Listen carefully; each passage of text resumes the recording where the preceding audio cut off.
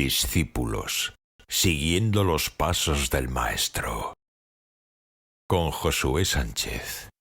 En el capítulo 14 de Mateo, en los versículos 28 y 29, se registran en los evangelios uno de los acontecimientos más sobrenaturales durante el tiempo que Jesús estuvo aquí en la tierra, que fue cuando él caminó sobre el agua. Pedro, cuando vio a Jesús caminando por el agua, le dijo lo siguiente. Dijo: Señor, si realmente eres tú, ordéname que vaya hacia ti caminando sobre el agua. Jesús le dijo: sí, ven. Entonces Pedro se bajó por el costado de la barca y caminó sobre el agua hacia Jesús.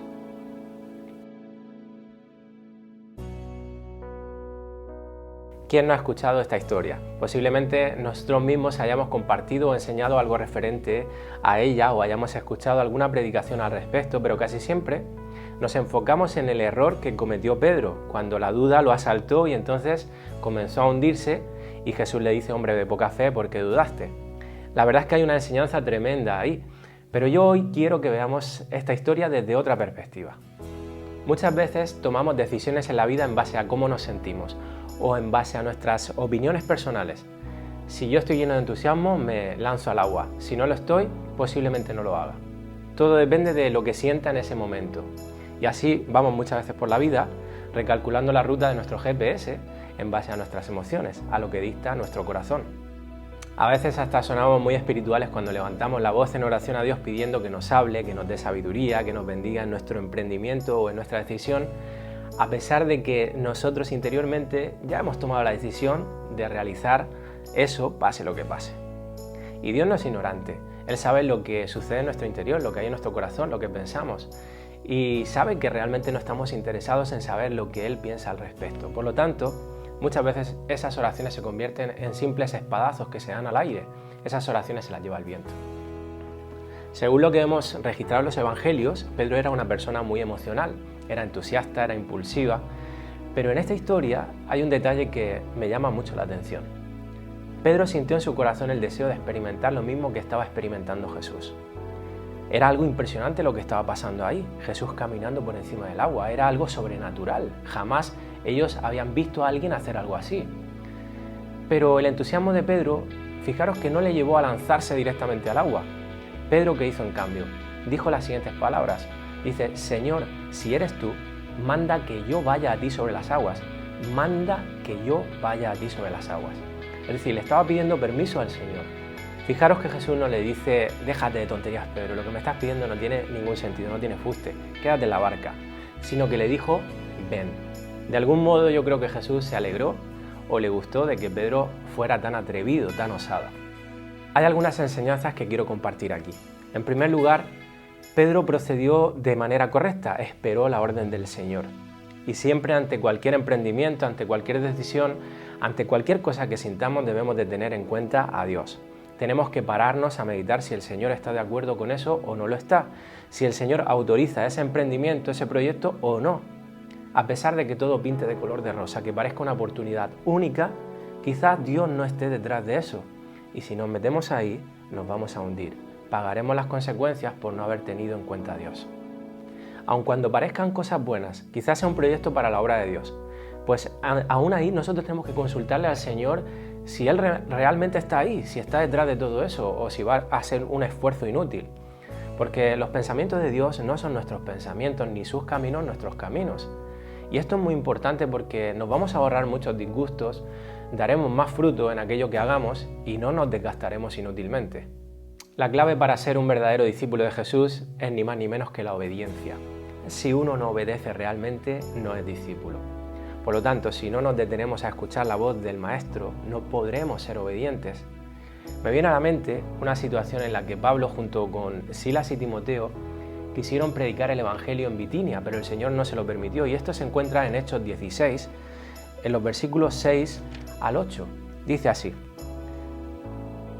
y atravesando Frigia y la provincia de Galacia, les fue prohibido por el Espíritu Santo hablar la palabra en Asia, y cuando llegaron a Misia intentaron ir a Bitinia, pero el Espíritu no se lo permitió, y pasando junto a Misia descendieron a Troas. Escucha, aquí lo que ellos querían hacer era predicar el Evangelio. ¿Te parece algo malo eso?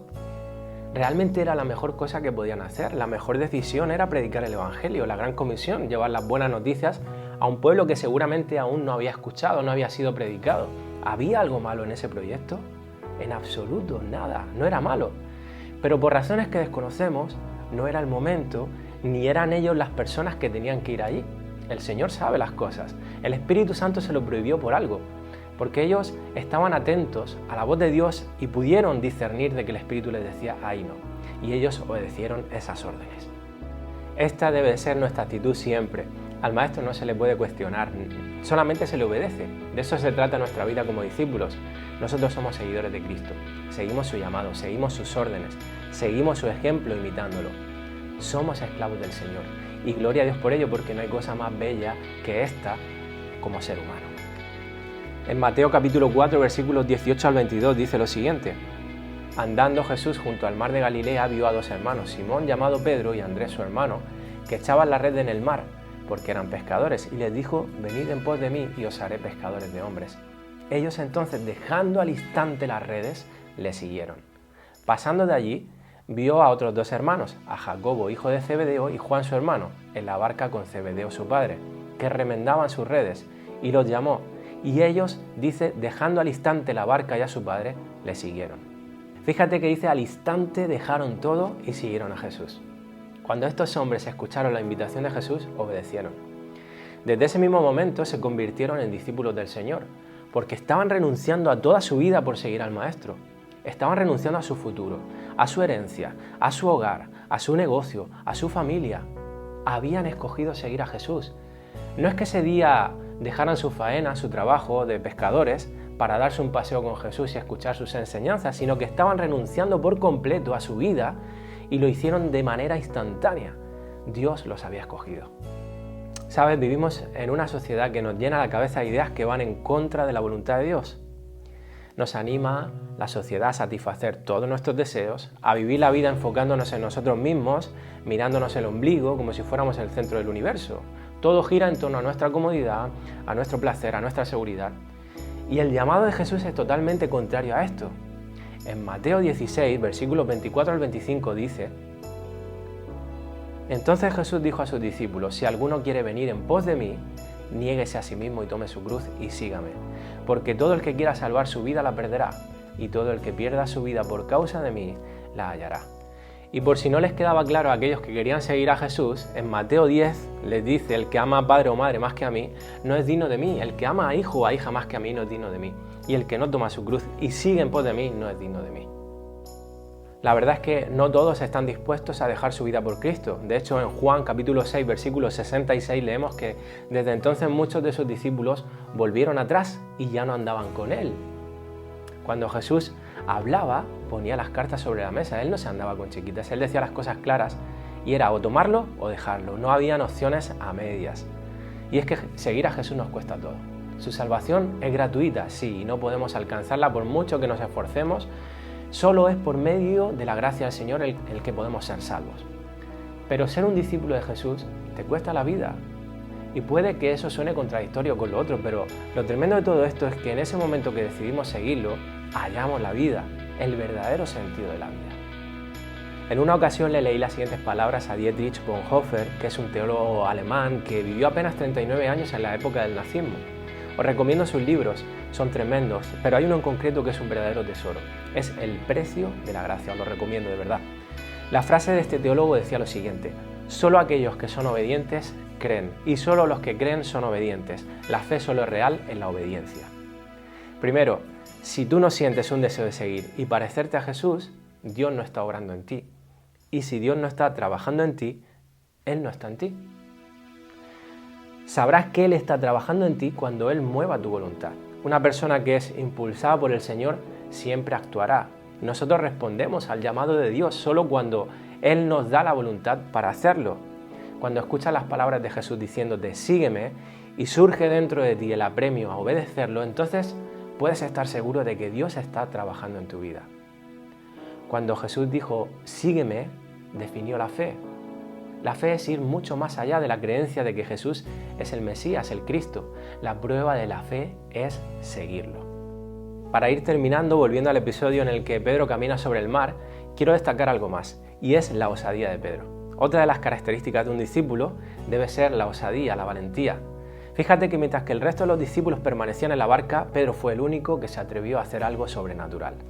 De alguna manera, esta escena capta lo que es muchas veces la Iglesia. La mayoría de nosotros preferimos la seguridad de la barca, mientras criticamos a los que son osados y están trabajando, o a los que emprenden algo nuevo bajo el mandato de Dios. Son pocos los que prefieren la aventura de andar en las alocadas propuestas de Cristo para nosotros.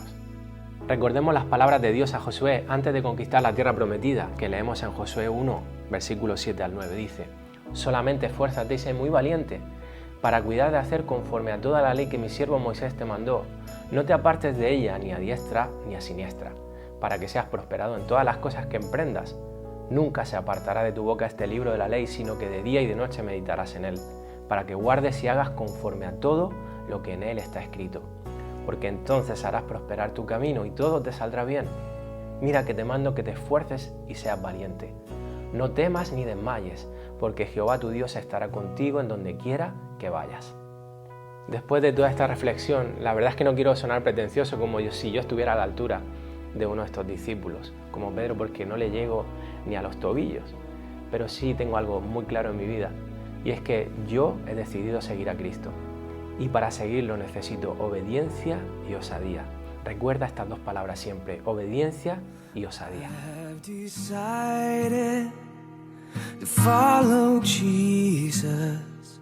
I have decided to follow Jesus. I have decided to follow Jesus. No turning back, no turning